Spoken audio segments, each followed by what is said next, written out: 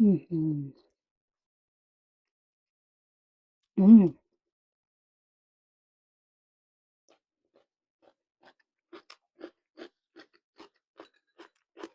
Mhm.